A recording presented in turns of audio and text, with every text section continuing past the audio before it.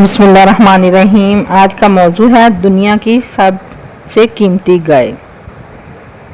یہ بہت ہی اہم اور نہایت شاندار قرآنی آیت ہے اور اس واقعے کی وجہ سے قرآن مجید کی اس سورت کا نام سورۃ بقرہ رکھا گیا، یعنی گائے والی سورہ۔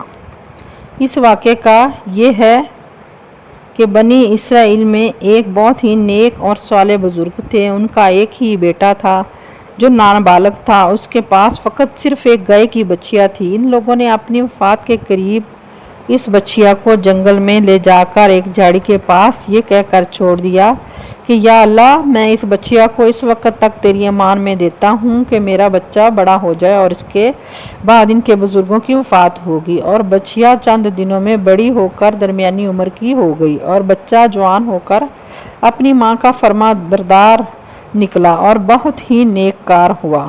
اس نے اپنی رات کو 3 حصوں میں تقسیم کر رکھا تھا۔ ایک حصے میں سوتا تھا اور ایک حصے میں عبادت کرتا تھا اور ایک حصہ اپنی ماں کی خدمت میں گزارتا۔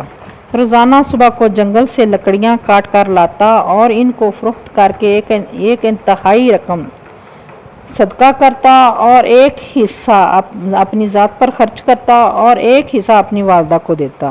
ایک دن لڑکے کی ماں نے کہا کہ میرے پیارے بیٹے، تمہارے باپ نے میراث میں ایک بچیا چھوڑی تھی جس کو انہوں نے فلاں جھاڑی کے پاس جنگل میں خدا کی امانت میں سونپا دیا تھا۔ اب تم اس جھاڑی کے پاس جا کر یوں دعا مانگو کہ اے حضرت ابراہیم علیہ السلام اور حضرت اسماعیل علیہ السلام، حضرت اسحاق علیہ السلام کے خدا، تو میرے باپ کی سونپی ہوئی امانت مجھے واپس دے دے۔ اور اس بچیا کی نشانی یہ ہے کہ وہ پیلے رنگ کی ہے اور اس کی کھال اس طرح چمک رہی ہوگی کہ گویا سورج کی کرنیں اس میں سے نکل رہی ہوں۔ یہ سن کر لڑکا جنگل میں اس جھاڑی کے پاس گیا اور دعا مانگی تو فوراً ہی وہ گائے دوڑتی ہوئی اس کے پاس آ کر کھڑی ہو گئی اور یہ اس کو پکڑ کر گھر لے آیا۔ تو اس کی ماں نے کہا کہ بیٹا، تم اس گائے کو لے جا کر بازار میں 3 دینار میں فروخت کر ڈالو، لیکن کسی گاہک کو بغیر میرے مشورے کے مت دینا۔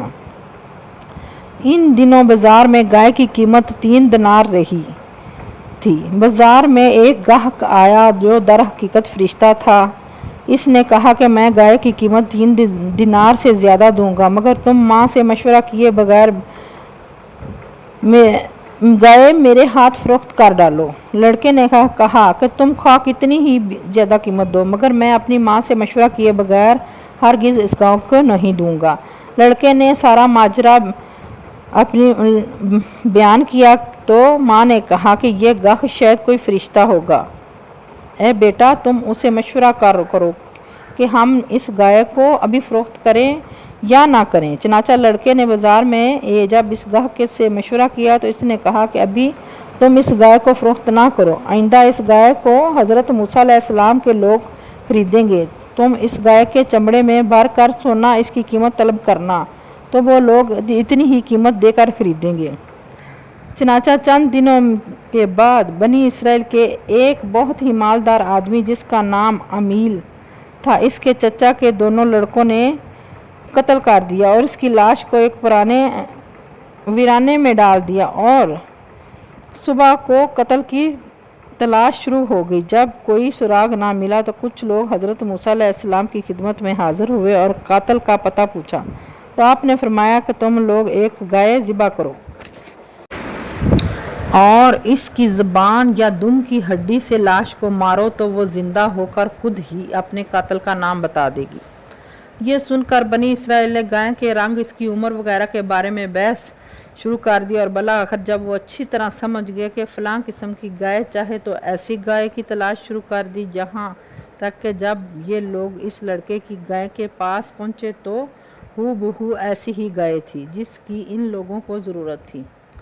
چنانچہ ان لوگوں نے گائے کو اس کے چمڑے میں بھر کر سونا اس کی قیمت دے کر خریدا اور ذبح کر کے اس کی زبان یا دم کی ہڈی سے مقتول کی لاش کو مارا تو وہ زندہ ہو کر بول اٹھا کہ میرا قاتل میرے چچا کے دونوں لڑکے ہیں جنہوں نے میرے مال کے لالچ میں مجھ کو قتل کر دیا۔ یہ بتا کر پھر وہ مر گیا۔ چنانچہ ان دونوں قاتلوں کو قصاص میں قتل کر دیا گیا اور مردہ صالح کا لڑکا جو اپنی ماں کا فرما بردار تھا، کثیر دولت سے مالا مال ہو گیا۔